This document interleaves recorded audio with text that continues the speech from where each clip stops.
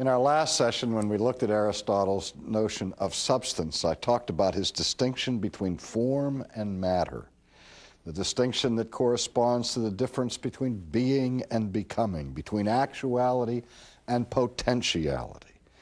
But then when we look at the zenith of his thinking, we see him speaking of his concept of God, which is that of pure form, or of absolute actuality, that which has being but no becoming, actuality without potentiality. And popularly, his definition of God is defined as the unmoved mover, or the uncaused cause, the formal first cause of everything else that exists in the world. Now, remember when he had his idea of each entity being made up, every substance being made up of form and matter, except for pure form, that it is the form within something that controls the development of that thing's potential. That's the form within the acorn that moves the acorn to become an oak tree. We've already established that. And so we now are left with the question, well, if you have all these individual entities running about with their independent forms and matters, how does it all fit together? And we're right back to the question that Thales was asking originally of the one and the many, of unity and diversity. So over all the individual substances that we encounter in the real world, there stands Aristotle's God, who is pure form. He has eternal being. And he also must have the power to organize and generate and move everything else that moves.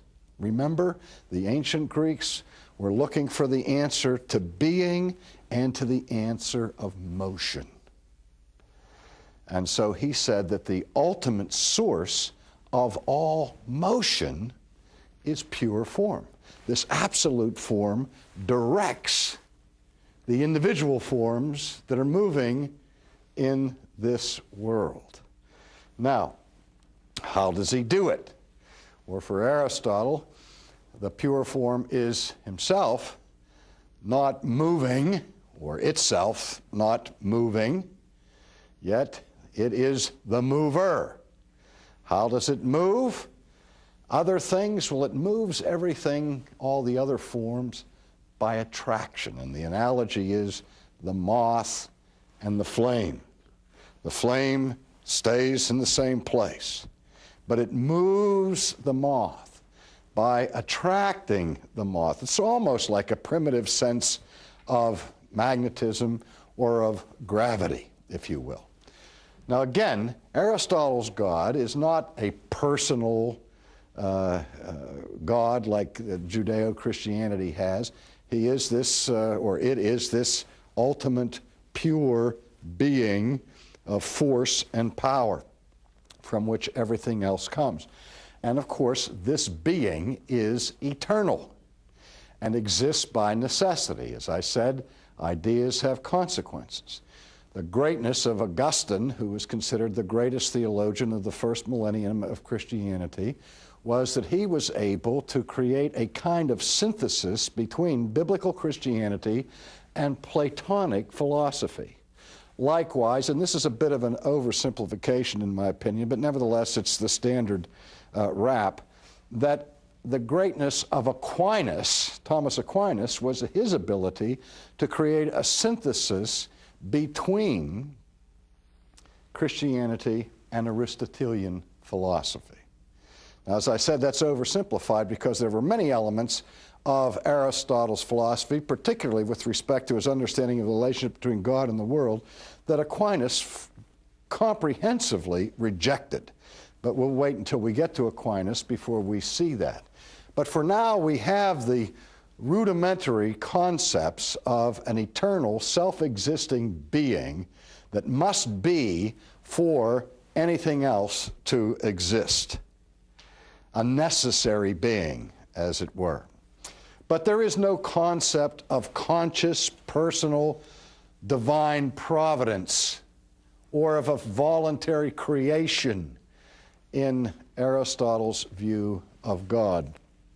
His view of God, Will Durant referred to Aristotle's God as being somewhat similar to the King of England. He reigns, but he doesn't rule. He's more or less a figurehead there that's a philosophical necessity to explain the things that are.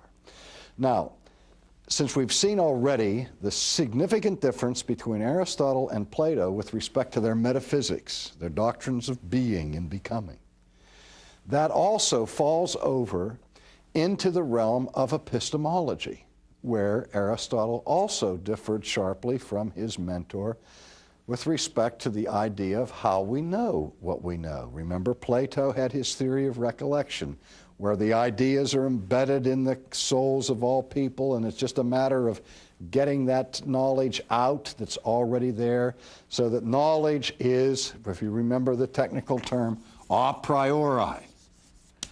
For Aristotle, knowledge is a posteriori. That is, it comes from experience. It comes initially through sense perception. A sense perception is an impression that we have through one of the five senses, an experience of seeing or hearing or tasting or touching, or smelling. Those are the senses, and we perceive things through those five senses. And from sense perception comes an image in the brain or in the mind. You see something and you have an image of what you see in the mind. And then out of these images come ideas. So that knowledge or ideas are dependent not upon recalling information you're born with, but from learning things through this process of using the senses with the mind working with the senses. Now, the mind does have a priori abilities, no knowledge, but abilities. The mind is that organ in the body or in the human person that has the ability to work with the raw data of sensation that we have, to synthesize these impressions, to abstract them, to combine them, put them together, and form intelligible ideas. Now, at this point, I'm going to give you another distinction. And that is this distinction that we make in philosophy between realism and nominalism. Now, if you recall, when we looked at Plato, I confused everybody when I said Plato was at the same time a realist and an idealist, using those terms in this way, that for Plato, the ideas that we have, the ideas of humanness, chairness, and so on, that those ideas are real entities, and hence he is called a realist. For Aristotle, ideas are not real in the sense of having being within them. And so the old debate that goes on through the Middle Ages and even today that is called the argument over realism and nominalism goes back to this dispute between Plato and his disciple Aristotle. And it goes back to two words, not in Greek but in Latin, where we have the word race in Latin, and every attorney or judge knows what that means. A race, in legal terms, is the thing that's the matter. A race is simply the word for thing. And the word nomina in Latin means name. We say that some people are nominal Christians. We mean by that they are Christians in name only. We talk about denominations or nominating. You name somebody for a particular office in an election. That's a nomination, putting their name up for election. And so the word nomina means name. Nominalism means simply that universals, which in this case are generic ideas, tree-ness, elephant-ness, human-ness, all these ideas that we have, that we universalize, for Aristotle, are not things, but they're names. I had a chair up here when I talked about Plato, and I said, how do you recognize that this chair is a chair? And how can we call so many different entities by the same name, chair? Well, for Plato, Plato says, well, in the eternal world, there's this pure chairness, this pure idea of chairness. And when we see a close approximation of it, an imperfect copy of it in the material world, we say, aha, I'm getting a recollection of that idea of chairness, and so I identify this object as a chair. Aristotle says, no. He says, that's not how it works. He said, we start to learn and we perceive an object in our mummy. We say, what's that? And you say, well, that's a chair. And then you see another object and your mother tells you, well, that's a chair too, even though it differs significantly from the first chair. That your mind has the ability to have all these sensations and all these images and to put them together and abstract, combine, and relate these experiences and come up with a generic concept of chairness. Doesn't mean there really is such a thing as chairness. There's just this universal idea that is a construction of the mind. It's a name, and that's all it is a name that we assign to universal, general categories. And we use that when we apply particulars into those various different spheres. And so we would say that Aristotle was not a realist in the sense of believing that universal ideas had independent reality, but he was a nominalist so far as he believed that universal concepts are merely mental names that we have conceived by the mind. He also taught that truth involves conformity between the mind and a thing. This is an early form of the correspondence theory of truth. What he meant by that is when your mental idea corresponds to the external object that you are seeking to know, or conforms to it, when your idea of chair, of the particular chair that you see, corresponds to the reality of that chair, you have truth. When your idea does not conform to that actual object, you have error or you have falsehood.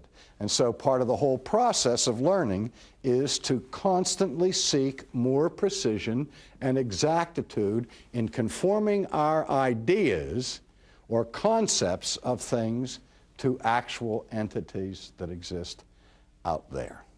Now, in all of this, Aristotle thought that at the beginning of knowledge, there have to be certain rules that we follow for science to take place. And he distinguished among all these different disciplines of investigative inquiry. As I said, physics, biology, astronomy, ethics, jurisprudence, and aesthetics, and all the rest. He said, but there are certain principles of knowing that have to be applied to all fields of inquiry for science to be possible. And so he talked about the role of logic in the knowing process. Now, it's important that Aristotle did not consider the study of logic a separate, independent science from all of the other sciences that he was engaged in. But rather, he called logic the organon of all science. Now, the word organon simply means instrument. Just like musicians have instruments that they need to use to play music, and the sculptor has an instrument, namely the chisel or the hammer, that he needs to have to make his statue, so the instrument that we need in order to construct real knowledge is logic. And he sees logic as a necessary instrument for all intelligible discourse. I'm going to explain that in a second. But first, it's important, particularly in light of the age in which we live, which is one of the most anti-rational periods in the history of Western thought, where people are not only accepting contradictions and irrationality, they're glorying in it.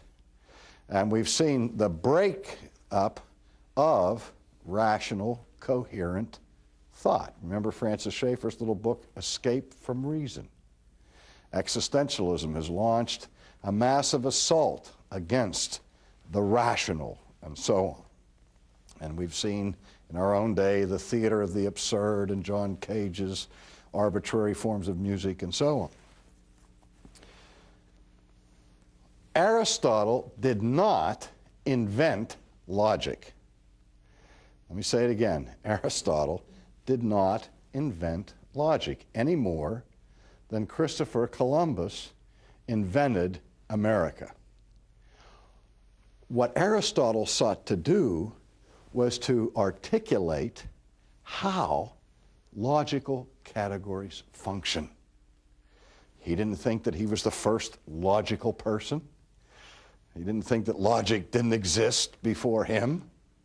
He's simply asking the question as a philosopher, what has to be for us to be able to speak intelligibly about biology or astronomy or physics or anything else? And he said, well, there are certain basic needs that have to be met for intelligibility to occur. And one is that our statements be logically constructed. What he means by that is that they not violate the first law of logic, which is the law of non-contradiction. Before I go into that, let me just give one other distinction that he makes in terms of his exposition of how logic works. He says that logic and all science depend upon the relationships between the general and the particular, or what we would say between the subject and the predicate. If I'm a biologist and I want to know what an amoeba is, I may say an amoeba, in order to distinguish it from a frog, I will say an amoeba is something. I will predicate characteristics. I will mention the particulars that define an amoeba, and then contrast it or compare it with the particulars that define a frog. Now, when you were in junior high school or in grade school, you learned about the whole process of classification, where you have the genus and the species, the kingdom and the phyla, and so on. And we say, well, you know, there's the animal kingdom and the plant kingdom. Now, they're both examples of living things. but they're two completely different kingdoms. They have one thing in common. There's the general. They're both bios. They're both alive. Okay? But then we talk about different kinds of life to distinguish between animals and vegetables or plants. Now, in defining things, you pay attention both to similarities and differences. We are all in the animal kingdom, but we're not baboons. We further differentiate and particularize within the animal kingdom the difference between human beings and baboons. And then we go into further precision when we talk about male and female. And we further particularize by making additional predications about individuals, where this man has a name, he has an age, he has a certain height and weight, and so on, where we get more and more and more precise. But that's what's necessary for knowledge to take place and for language to work. You need both the general and the particular. You need the subject and the predicate, and they cannot be brought in irreconcilable opposition to each other.